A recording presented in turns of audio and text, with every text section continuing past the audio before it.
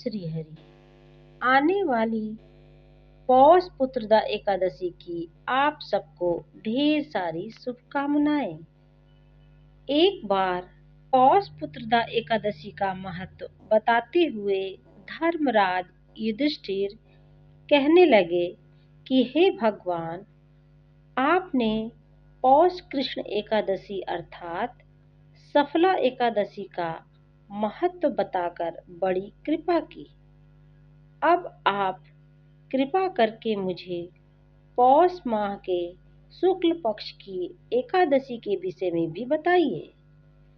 इस एकादशी का क्या नाम है तथा इसके व्रत का क्या विधान है, इसकी पूजा करने की तथा व्रत रखने की विधि क्या है और इस व्रत से कौन से फल की प्राप्ति होती है तथा इस व्रत में कौन से देवता का पूजा किया जाता है। कृपया करके सब कुछ विधि पूर्वक बताइए। भगवान श्री कृष्ण बोले, पौष माह के शुक्ल पक्ष में आने वाली इस एकादशी को पौष पुत्रदा एकादशी के नाम से जाना जाता है। इसमें भी भगवान विष्णु की पूजा की जाती है। इस व्रत को बहुत ही विधि विधान से करना चाहिए। इस संसार में पुत्रदा एकादशी व्रत के समान दूसरा कोई व्रत नहीं है। इस व्रत के पुण्य से मनुष्य विद्वान, धनवान तथा तपस्वी होता है। अब मैं तुमको इसकी कथा सुनाता हूँ, तुम ध्यान पूर्वक सुनना। भद्रावती नामक नगरी में सुकेतुमान नाम का एक राजा राज्य करता था। उसके कोई पुत्र नहीं था। उसकी स्त्री का नाम शैव्या था। वह निपुत्री तथा निसंतान होने के कारण सदैव चिंतित रहती थी। राजा के पितृ भी रो रो कर पिंड लिया करते थे और सोचा करते थे कि इसके बाद हमें कौन पिंड देगा।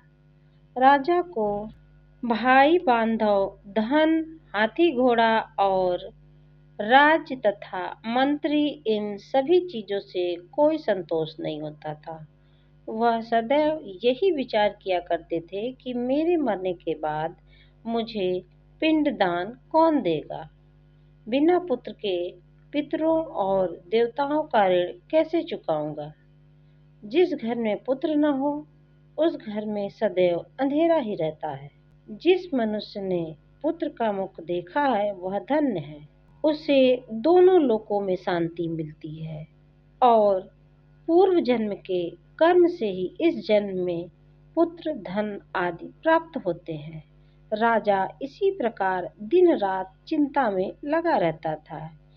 एक समय तो राजा ने अपने शरीर को त्याग देने का निश्चय किया, परंतु आत्मघात को महान पाप समझकर उसने ऐसा नहीं किया।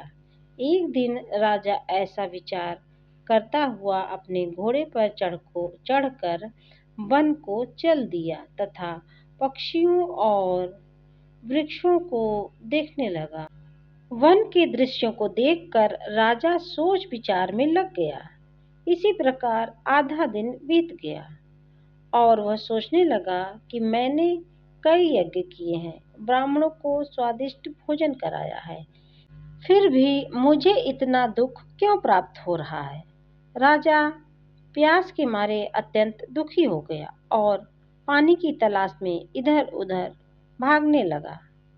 थोड़ी दूर पर राजा ने एक सरोवर देखा। उस सरोवर में कमल के फूल खिले हुए थे और सारस, हंस, मगरमच्छ आदि उसमें विचरण कर रहे थे। उस सरोवर के चारों तरफ मुनियों के आश्रम बने हुए थे। उसी समय राजा के दाहिने अंग फड़कने लगे। राजा शुभ सुकून समझकर घोड़े से नीचे उतरकर मुनियों को दंडवत प्रणाम किया और बैठ गया। राजा को देखकर मुनियों ने कहा, हे राजन, हम तुमसे अत्यंत प्रसन्न हैं। तुम अपनी इच्छा बताओ। राजा ने पूछा, आप कौन हैं और किस लिए यहाँ आए हैं? मुनि ने कहा, हे राजन, हम लोग विश्वदेव हैं और इस सरोवर में स्नान करने के लिए आए हैं, क्योंकि आज संतान देने वाली पुत्रदा एकादशी है। यह सुनकर राजा कहने लगा, हे महाराज, मेरे भी कोई संतान नहीं है। यदि आप मुझ पर प्रसन्न हैं तो एक पुत्र का वरदान दीजिए। मुनि बोले, हे राजन, आज पुत्रदा एकादशी है।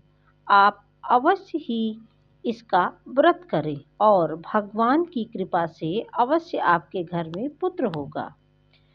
मुनि के वचनों को सुनकर राजा ने उसी दिन एकादशी का व्रत किया और द्वादशी को उसका पारण किया। इसके पश्चात मुनियों को प्रणाम करके अपने महल वापस आ गए। कुछ समय बीतने के पश्चात रानी ने गर्भ धारण किया और 9 महीने के पश्चात उनके एक पुत्र हुआ। चलकर यह राजकुमार अत्यंत शूरवीर, यशस्वी और प्रजापालक हुआ। श्री कृष्ण बोले, हे राजन, पुत्र की प्राप्ति के लिए इस पुत्रदा एकादशी का व्रत करना चाहिए। जो मनुष्य इस दिन इस व्रत कथा को पढ़ता है या फिर सुनता है, उसे अंत में स्वर्ग की प्राप्ति होती है और उसे हर प्रकार के पापों से मुक्ति मिल जाती है।